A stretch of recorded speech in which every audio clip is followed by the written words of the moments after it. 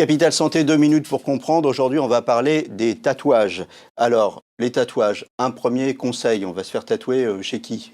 Alors, on va chez un tatoueur qui est certifié, qui a des pratiques qui sont contrôlées, donc des pratiques d'hygiène. Certifié, ça veut dire quoi? Il y a un petit macaron, il y a un truc? Oui, il faut demander. Certifié par qui? Par l'État, il faut demander une autorisation pour pouvoir s'installer. Et donc, il faut pas aller voir un tatoueur qui va faire ça de manière artisanale dans son coin. Donc, certifié, ça veut dire conditions?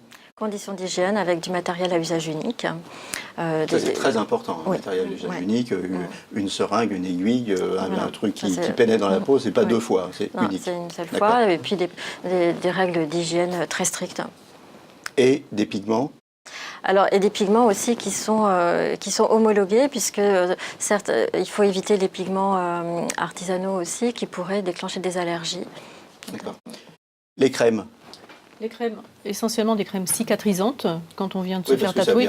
Ça pique dans la peau. En fait, c'est une lésion sur la peau. C'est une cicatrice. Mais complètement. Voilà. Donc, des crèmes cicatrisantes. Une cicatrice dans laquelle on va mettre de l'encre. Exactement, c'est exactement ça. Et puis surtout, toujours l'antiseptique, puisqu'il faut désinfecter et pour éviter un risque d'infection éventuelle. Surtout si le tatoueur n'était pas homologué. Et la protection solaire après le tatouage. Exactement. Et la protection solaire. Alors, bien réfléchir aussi, parce qu'un tatouage, c'est pour la vie. Alors, il y a de plus en plus de gens qui se font détatouer. Oui. Qu'est-ce qu'on détatoue le plus facilement? Alors, on détatoue le plus facilement les tatouages qui sont petits, à l'encre noire, et avec des dessins fins. Il faut éviter, dans l'hypothèse de se faire des tatouages super colorés. Les grands tatouages colorés, ceux-là, ils sont très difficiles à enlever. Donc, si on change d'avis, c'est compliqué. Un mot de conclusion, bien réfléchir avant de se faire tatouer et de passer au détatouage laser. Voilà, vous en savez plus, et d'ici là, portez-vous bien.